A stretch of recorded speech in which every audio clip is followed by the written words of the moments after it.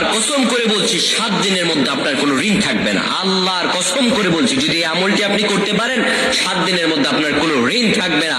আপনার যত বিপদ আপদ থাকুক, মামলা মোকদ্দমায় জড়িয়ে যান, অনেকেই ঋণগ্রস্ত হয়ে যান, কঠিন অবস্থা হয়ে যায়, বাড়ি ঘরেও ঋণের জন্য থাকতে পারেন না, কোরআনের আয়াতের আমলটি করুন, আপনার 7 দিনের মধ্যে আল্লাহ তাআলা হয়তো ঋণ আপনার দুরবস্থা করে দিবেন, আপনার ঋণকে আল্লাহ তাআলা দূর করে দিবেন ইনশাআল্লাহ। আপনি আমলটি ইখলাসের সহিত করতে হবে। প্রিয় বন্ধুগণ আমার, আল্লাহ রাব্বুল আলামিন পবিত্র কোরআনুল কারীমে আমাদেরকে এমন কিছু দোয়া শিক্ষা দিয়েছেন, যে দোয়াগুলো কোনো মানুষ যদি ঠিকভাবে আদায় করতে পারে আর আল্লাহ তাআলার কাছে চাইতে পারে, রব্বুল আলামিন বলেন, বান্দারে উদউনি, আমার কাছে যাও, আমি তোমারে দিয়ে দেব, ইস্তাজিব লাকুম, আমি তোমাদেরকে দিয়ে দেব, যা চাইবা চাইতে দেরি হবে, কিন্তু আমি রব্বুল আলামিন তোমাকে দিতে দেরি করব না। সুবহানাল্লাহ পড়েন। প্রিয় বন্ধুগণ আমার, আপনি যদি চাইতে পারেন আল্লাহ রাব্বুল আলামিনের কাছে হৃদয়ের ভালোবাসা দিয়ে আল্লাহ তাআলা আপনাকে দিয়ে দিবেন।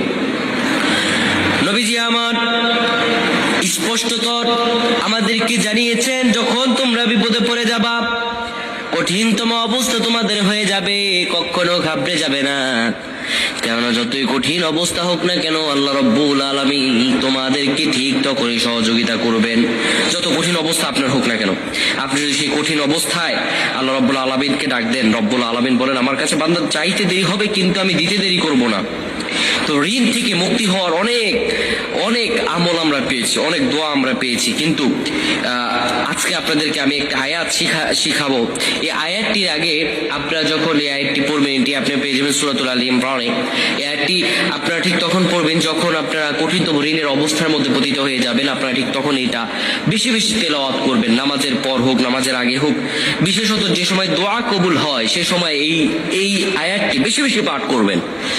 আয়াতটি হলো, ওয়াতারযুকু মান তাশাউ বিগাইরি হিসাব, ওয়াতারযুকু মান তাশাউ বিগাইরি হিসাব। এই আয়াতটি আপনি আমল করবেন, বেশি বেশি পড়বেন। এর অর্থ হচ্ছে, হে আল্লাহ, আপনি যাকে ইচ্ছা তাকে অপরিমিত রিজিক দান করেন, আপনি যাকে ইচ্ছা তাকে অপরিমিত রিজিক আপনি তাকে দান করেন।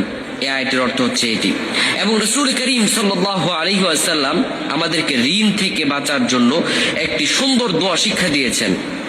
বিশ্বনবী মুহাম্মদুর রাসূলুল্লাহ সাল্লাল্লাহু আলাইহি ওয়াসাল্লাম তিনি শিক্ষা দিয়েছেন, হযরত আলী রাদিয়াল্লাহু তাআলা আনহু, হযরত আলী রাদিয়াল্লাহু তাআলা আনহু তার মুখ থেকে শোনান একটি হাদিস। হাদিসটি এসেছে তিরমিজি শরীফের হাদিস নাম্বার 3500